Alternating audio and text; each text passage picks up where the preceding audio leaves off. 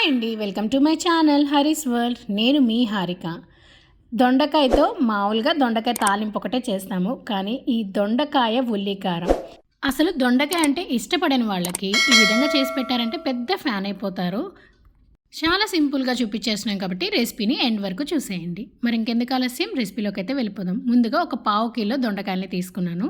శుభ్రంగా కడిగి పైన కింద తొడియాలు తీసి 4 భాగాలుగా చేసుకోవాలి. అంటే పూర్తిగా కట్ చేసుకోకుండా, నేను వీడియోలో చూపిస్తున్నాను చూడండి, ఆ విధంగా మనం గుత్తొంకాయకి కట్ చేసుకుంటాం కదా, అదే విధంగా కట్ చేసుకోవాలి. పండిపోయిన దొండకాయలని వేశారు అంటే కర్రీ అనేది రుచిగా ఉండదు. అందువల్ల ఫ్రెష్గా ఉండే దొండకాయలని తీసుకోండి. ఇలా అన్నీ కట్ చేసుకొని పక్కన పెట్టేసి ఒక బాండల్ తీసుకొని స్టవ్ ఆన్ చేసి 2 టేబుల్ స్పూన్ల నూనె వేసి, నూనె వేడెక్కాక 4-5 మెంతులు, 2 టేబుల్ స్పూన్ల మినపప్పును వేయించుకోవాలి.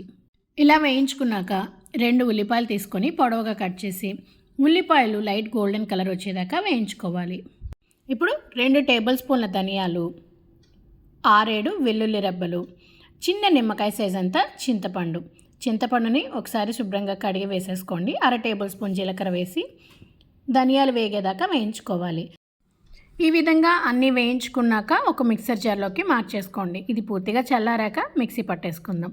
చల్లారేలోపు అదే బాండెట్లో 2 టేబుల్ స్పూన్ల నూనె, 1 టేబుల్ స్పూన్ పసుపు, ముందుగా మనం కట్ చేసుకున్న దొండకాయలు ఉన్నాయి కదా, అవి కూడా వేసి 1 టేబుల్ స్పూన్ దాకా ఉప్పును కూడా యాడ్ చేస్తున్నాను. ఉప్పును యాడ్ చేసామంటే దొండకాయలు చాలా త్వరగా మగ్గిపోతుంది. కొంచెం మెత్తపడేదాకా మూత పెట్టి మగ్గించుకోవాలి. మధ్య మధ్యలో కదుపుతూ ఉన్నామంటే దొండకాయలు మాడిపోకుండా ఉంటాయి. ఉల్లికారం అనేసరికి కొంచెం నూనె ఎక్కువగానే పడుతుంది. నేను ఇక్కడ 2 టేబుల్ స్పూన్లే వేశాను. నూనె కొంచెం ఎక్కువ తినేవాళ్ళు ఇంకొక టేబుల్ స్పూన్ కూడా యాడ్ చేసుకోవచ్చు.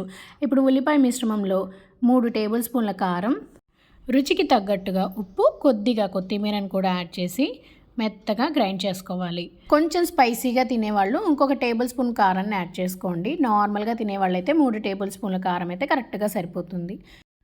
దొండకాయలు కూడా కొంచెం మెత్తబడ్డాయి, మరీ ఎక్కువ మెత్తబడిన అవసరం లేదు, లైట్గా అయితే సరిపోతుంది.